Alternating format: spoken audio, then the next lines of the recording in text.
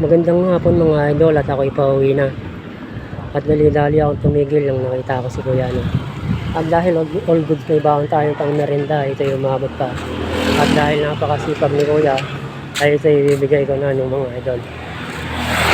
Kuya, dahil napakasipag mo, may pang merenda ka sa akin. Thank you. Okay, God bless you. Thank you.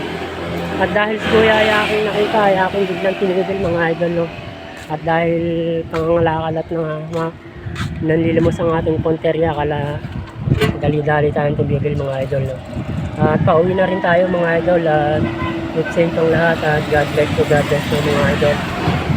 At naswertihan ko si Kuya no, na nakita ko dyan sa tabi habang siya'y namimili ng kalakal no.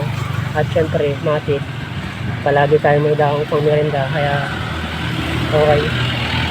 God bless you mga idol. Thank you.